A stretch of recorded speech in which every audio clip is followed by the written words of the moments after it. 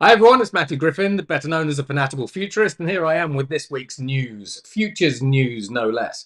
Now, on December the 21st, the Chinese military announced that they had created a new class of stealth submarine that was undetectable. And the reason it was undetectable was because it used a new material, a magneto-restrictive material, which none of you might actually give a monkey's about. But oddly enough, this particular material makes these huge boomer-like submarines sound like water. Now, oddly enough, when we have a look at magneto-restrictive materials, they were actually first developed and experimented on in the 1960s by the US military. But the US military kind of has a long-standing history of evaluating emerging technologies, not being able to get them to work, and then put them on the shelf.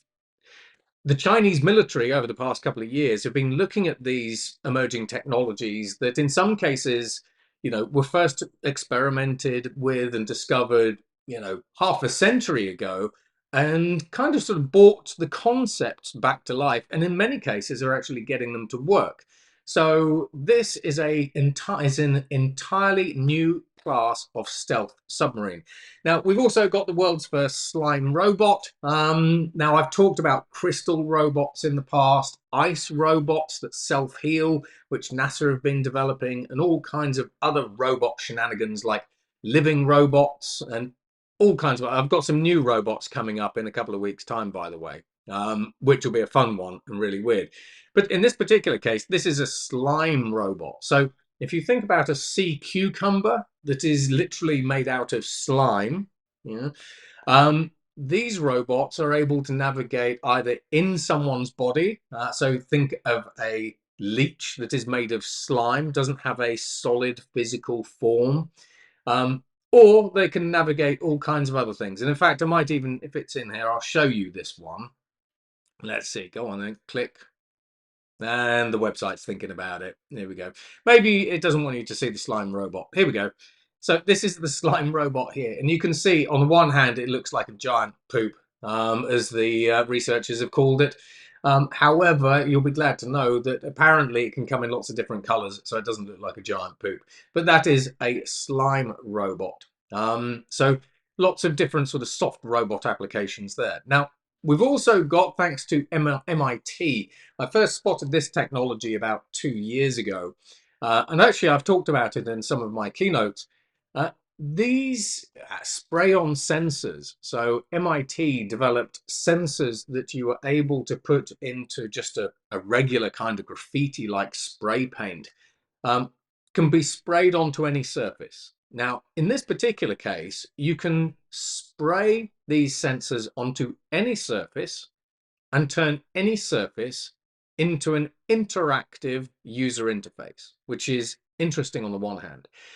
But what really got my attention 2 years ago about this particular emerging technology development was the fact that you could actually also put strain gauges and different sensors into this kind of mixture and spray them, for example, onto infrastructure. So say, for example, we wanted to turn a highway bridge smart or a dumb legacy building smart.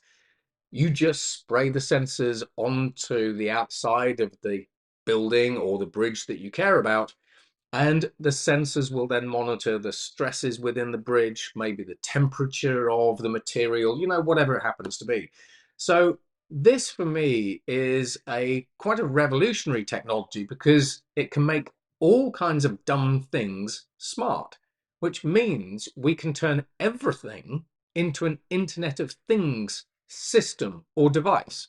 So imagine just being able to go around a city spraying all of the different buildings, a bit like Banksy does, maybe less in a less amusing way, but actually turning your entire dumb city into a state-of-the-art smart city. And you kind of get the idea where I'm sort of going with that. So I have lots of conversations about the future of smart cities and everything else, and I think this is actually an underrated technology.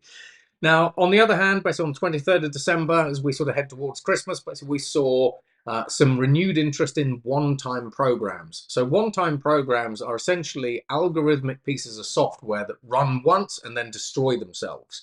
So on the one hand, they are the ultimate in secure and secretive programs because they deliver the information to you and then destroy themselves. But they can also let you perform services or whatever it happens to be. So it's not exactly like Snapchat or Instagram's, disappearing posts feature. It's nothing like that. It's much, much more sophisticated. But with this particular innovation, we can also create ransomware with no call home. So when we have a look at some of the WannaCry attacks a little while ago, which caused billions of dollars worth of damage, took out the UK's NHS system, um, the reason why those ransomware attacks were taken down, the reason why WannaCry was stopped, was because someone identified its call home server and then basically bought the domain, and the ransomware couldn't call home. So one-time programs could actually create fully autonomous ransomware that when you pay, it knows you've paid, it doesn't have to call home, and it just releases your data, or it doesn't, let's face it. Now, 24th of December, this is another interesting one. So this was the Kyber Swap protocol. So Kyber Swap is a Web3 business. Now imagine this, your organization has got $96 million worth of digital assets. You've just been hacked and someone has now got control of anywhere between 50 to $70 million worth of those digital assets, as this particular hacker has. Now, in this particular case, most hackers would ask for a ransom to give those assets back, or those assets would be drained. They'd be put through, for example, crypto tumblers, and you'd likely never see those assets again, as they were drained out through Monero and maybe drained out into fiat cash. However, in this particular case, the hacker was much, much bolder and has demanded full control of the company in return for the assets. So as we start looking at a future that is increasingly dominated by decentralized autonomous organizations, headless brands, so Bitcoin is a headless brand, and so on and so forth, these kind of distributed autonomous or semi-autonomous company structures and vehicles, what would you do if the vast majority of your company's assets were seized by a hacker and the only thing they asked you for was complete control of your company? And if you didn't give them control of your company, then they just siphon off the money anyway and your company's dead. What would you do? So emerging technology creates new opportunities like decentralized autonomous organizations, but also new security challenges and so on and so forth. Now, on December the 25th, so I still published on Christmas Day, this was an interesting one. Now, a little while ago, I published an article that said artificial intelligence had been found to help people focus and get into what we call a flow state. So by using, for example, generative artificial intelligence tools, especially software developers were able to really get in the zone and just do their best work. That's it, because they were focused. Now, did you know that artificial intelligences get lazy in December? So when we talk about artificial intelligence bias, here's an odd one. So this particular study found that artificial intelligences that are trained in May produce better, high quality work than those that have been trained on data sets, easy for me to say, data sets from December. So when the researchers changed the date on their computer systems and then used ChatGPT in this case, they would ask ChatGPT, for example, when the clock was set to May, to do some work, write an essay, for example, and it would write a really good essay. They would then change the clock on their computer system to December, ask it to do the same task, and found that it got lazy. The output was about 40% worse. And this actually has come from the fact that the artificial intelligences have picked up in the training data that when it comes to December, humans actually get lazier. Yeah, we do our best work in May, as it turns out, but in December, we're all thinking about Christmas. We're thinking about winding down. We don't do the same quality of work that we do in May. And ironically, these artificial intelligences have picked up a really odd human behavior that the vast majority of humans didn't actually know existed, not at scale anyway. Um, Now, we've also got scientists that have created synthetic blood. I've been looking at this as an emerging technology now for about really 5 years. Um, if you think about transplants, if you think about blood donations at the moment, human blood has got a shelf life. And one of the biggest problems with that shelf life is once that blood is drawn from someone, if it's not used, it just goes in the bin. Now, the US military started these original experiments to try to create synthetic or artificial blood that was universal so that hospitals could either create blood on demand or could just kind of keep it forever. And so we've actually seen the development now of hybrid kinds of blood that can kill different cancers and superbugs like MRSA. Um, in addition, now, in a sort of previous post, we sort of talked about artificial intelligence beating human drone racing experts. And in this one here, mainly out of China, we've now got artificially intelligent swarm drones that are able to chase people through forests. Now, the researchers note that this is a really good capability if you're looking for people in a disaster area. It's also really good if you're creating fully autonomous hunter-killer drones, basically to go off and find people to shoot. But anyway, enough of that one. And as we start getting towards the end of the year, Walmart suppliers said that they preferred negotiating with an artificial intelligence. So this is where Walmart has been experimenting with an artificial intelligence to negotiate supplier contracts.